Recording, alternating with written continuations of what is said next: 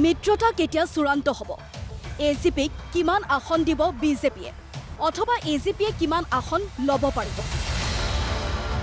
একোৱেই নাজানে এজিপিৰ সভাপতি অতুল বৰাই। বিজেপিৰ সন্মুখত শিৰণত কৰি এজিপিৰ কথা অতুল বৰাই পাহৰিব পাৰে, কিন্তু মিত্ৰতাত সকলো হিচাপ মনত আছে মুখ্যমন্ত্ৰীৰ। এজিপিয়ে বৰাকত পাব ৩-৪টা পাব, সোনাই পাব, সাউথ কৰিমগঞ্জ পাব, আলগাপুৰ পাব। চিট শ্বেয়াৰিং আজি অমিত শ্বাহজি আহিছে, কালি ৰাতিপুৱা আমি ডিক্লেয়াৰ কৰি দিম। বাকী ইয়াতে বিজেপি 10টা চিট বিজেপিৰ। এজিপিয়ে আচলতে কিমান আসন দাবী কৰিছে বিজেপিক তাৰ হিচাপো নাজানে অতুল বৰা, কেশৱ মহন্তই। কিন্তু বিজেপিয়ে জানে এজিপিয়ে অসমৰ কোনটো প্ৰান্তত কোনখন আসন পাব। বৰাক ব্ৰহ্মপুত্ৰ উপত্যকাত কিমানখনকৈ আসন পাব মুখ্যমন্ত্ৰীয়ে জানে। আসন বুজাবুজিৰ কথা প্ৰকৃততে অতুল বৰাই নাজানে নে দলৰ তৃণমূল কৰ্মী আৰু বিদ্ৰোহী নেতাৰ ক্ষোভৰ পৰা হাত সাৰিবলৈ অজলাৰ ভাও দিছে? অন্য এটা দলৰ নেতা হৈও যদি মুখ্যমন্ত্ৰীয়ে এজিপিৰ আসনৰ কথা জানে, তেন্তে নিজৰ দলটোৱে কিমান আসন পাব অতুল বৰাই কিয় নাজানে? মুঠতে এতিয়া অসম গণ পৰিষদৰ মুৰব্বী অতুল বৰা, কেশৱ মহন্ত যেন হৈ থকা নাই। অতুল বৰা, কেশৱ মহন্তহঁতৰ দৰে নেতাই আঞ্চলিক দলটো অমিত শ্বাহ আৰু মুখ্যমন্ত্ৰীৰ শৰণাপন্ন কৰিছে। খাটাং একো সিদ্ধান্ত এতিয়ালৈকে হোৱা নাই আৰু আল্টিমেটলি চিন বোহৰ মাৰিব লাগিব অমিত শ্বাহ ডাঙৰীয়াৰ ওচৰতে। চিট শ্বেয়াৰিং আজি অমিত শ্বাহজি আহিছে, কালি ৰাতিপুৱা আমি ডিক্লেয়াৰ কৰি দিম। বাকী ইয়াতে বিজেপি 10টা চিট বিজেপিৰ। বিগত 10 বছৰে গোগ্ৰাসে এজিপিক গিলিলে বিজেপিয়ে।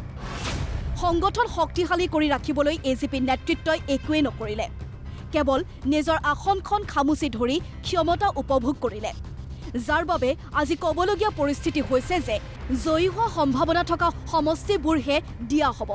অৰ্থাৎ জয়ী হ'ব পৰাকৈ সমষ্টিত সংগঠন নকৰিলে অতুল বৰা নেতৃত্বৰ দলটোৱে।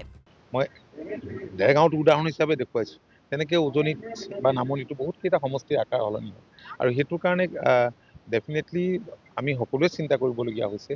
কাৰণ প্ৰথম কথা হ'ল যে উইনিং পচিবিলিটি, জিকাৰ সম্ভাৱনা ক'ত কাৰ বেছি, সেই দিশটোৰ ওপৰত চাই চিতি গোটেই কথা বতৰাবিলাক আগবঢ়োৱা হৈছে। নেতৃত্বৰ নেগুৰ পেলোৱা আচৰণৰ বাবে সমষ্টিয়ে সমষ্টিয়ে ক্ষোভ এজিপিৰ তৃণমূল কৰ্মীৰ। বজালী আৰু চাবুৱা লাহোৱাল সমষ্টিত এজিপি বিজেপিৰ মাজত তীব্ৰ সংঘাত। সমষ্টি দুটা বিজেপিয়ে এৰি নিদিয়াৰ হুংকাৰ।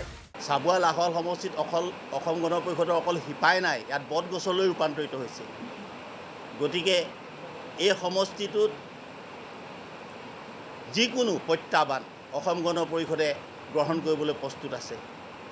যিকোনো দলে অসম গণ পৰিষদ দলৰ লগত প্ৰতিদ্বন্দ্বিতা কৰিবলৈ আহিলে তাক আমি ধূলিসাৎ কৰি দিব পৰা ক্ষমতা অসম গণ পৰিষদ দলৰ আছে।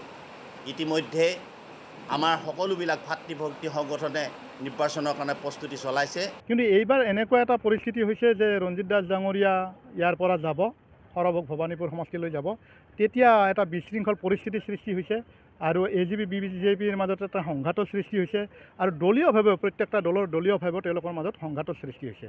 আজি 7 দিনমান ধৰি এনেকুৱা এটা পৰিস্থিতি হৈছে যে মই ইলেকশ্যন খেলিব লাগে, মোৰ তালৈ ঘৰলৈ শ মানুহ আহি আছে।